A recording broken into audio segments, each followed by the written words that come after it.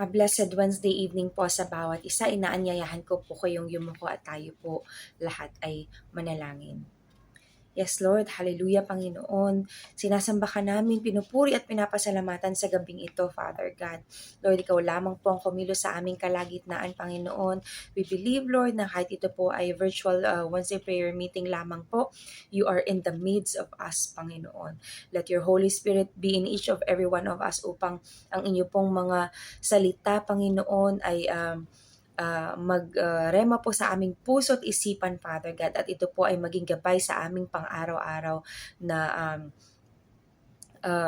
pamumuhay, Panginoon. Salamat, O God. Salamat, Lord, na muli mong ginamit ang aking buhay, Panginoon. Ako po'y bigyan nyo ng kalakasan, Panginoon, at lahat ng aking napag-aralan po. Kayo lamang po ang mamutawi sa aking mga bibig, Panginoon, na may lahat po ng aming maririnig, Father God, ay nagmumula lamang sa inyo, Panginoon. Salamat, O God. Thank you, Lord, for this night, Panginoon. Ikaw po ang kumilos sa aming kalagitnaan at pangalan lamang po ninyo ang maitaas namin sa gabing ito. Ito po ang aming panalangin sa pangalan ng Panginoong Jesus. Amen at Amen. Tayo po ay nasa monthly theme pa rin ng Christ authority is the answer, standing as one church. Kaya diyan ko na rin po kinuha ang aking napag-aralan ngayong gabi. At ito po ay kinuha ko mula sa 1 Corinthians chapter 12 verse 12 to 13. Ang sabi po doon, just as one body, though one has many parts, but all its many parts from one body. So it is with Christ. For we were all baptized by one Spirit, so as to form one body, whether Jews or Gentiles, slave or free, and we were all given the one Spirit to drink. Bago po ako mag-proceed, nais ko po muna itong i-share sa inyo. Alam po natin na sa company na pinagtrabahuhan natin has a lot of departments po, iba't ibang mga nationalities with the similar perceptions in life, experiences, cultures, workloads po, at etc. Pero dahil iisa po kayo ng company, iisa po ang target goal with different functions po. Katulad po sa amin sa aviation company, ang amin pong aim ay makarating ang mga pasahero sa kani-kanilang destinasyon na safe and sound po. And assuring that they will get a quality service either on ground po or while cruising. Halimbawa po kay na Ate Thea, siya po ay nasa training department po. Kapag hindi po dadaan sa kanila or sa safety department wherein kailangan ng mga licenses bago po makapagtrabaho, hindi rin po allowed na magtrabaho ang empleyado kung hindi po nakompleto ang mga licenses po.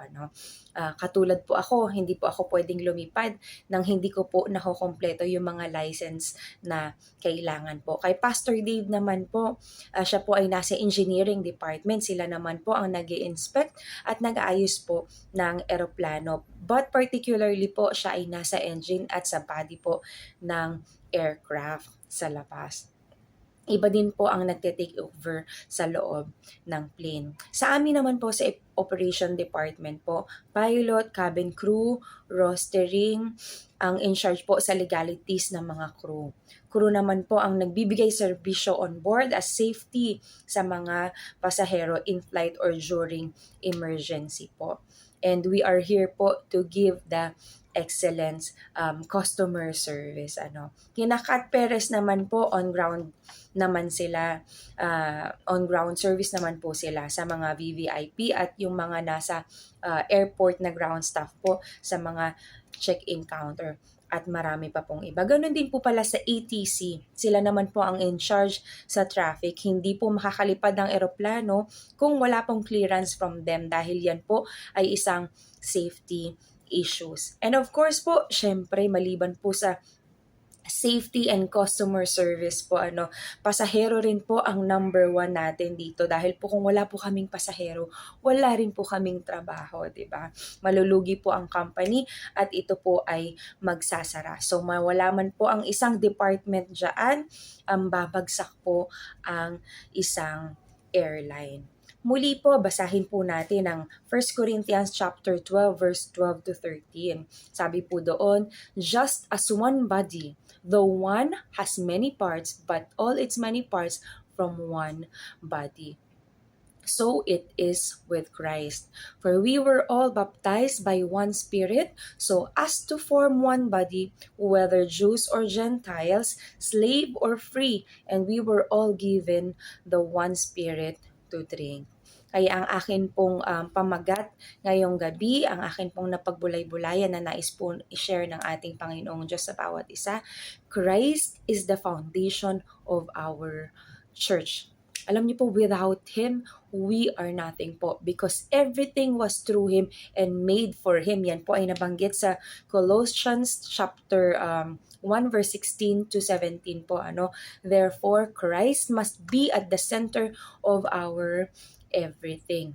May 3 lamang pong puntos na ipinakita sa akin dito ang ating Panginoong Diyos. Because Christ is the foundation of our church and not our own interest po. Ang number 1 po natin, we are unified church po. Kahit marami pa pong satellite, magkakalayuman po ang ating mga churches, diba? Pero tayo po ay nagkakaisa. One Lord, one faith, one baptism, because we are one body in Christ. Same goal, one Spirit, that is to lift the name of Jesus Christ. I know for sure, lahat po ng regular attendees natin has accepted Him as our own personal Lord and Savior. Kaya po ang aim ng bawat isa is to bring back all the glory, praises, and honor to our Lord Jesus Christ at ipalaganap din po ang mabuting salita ng ating Panginoong Diyos at magpalakasan po sa isa't isa ng ating mga pananampalataya.